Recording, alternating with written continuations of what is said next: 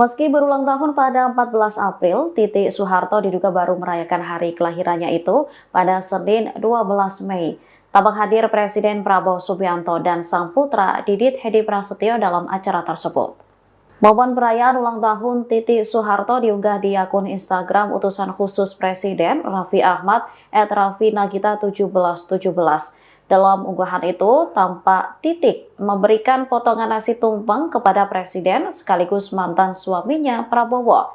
Hal itu terlihat dari piring berwarna putih yang dibawa oleh Prabowo. Keduanya tampak sumringah sembari diiringi nyanyian lagu ulang tahun.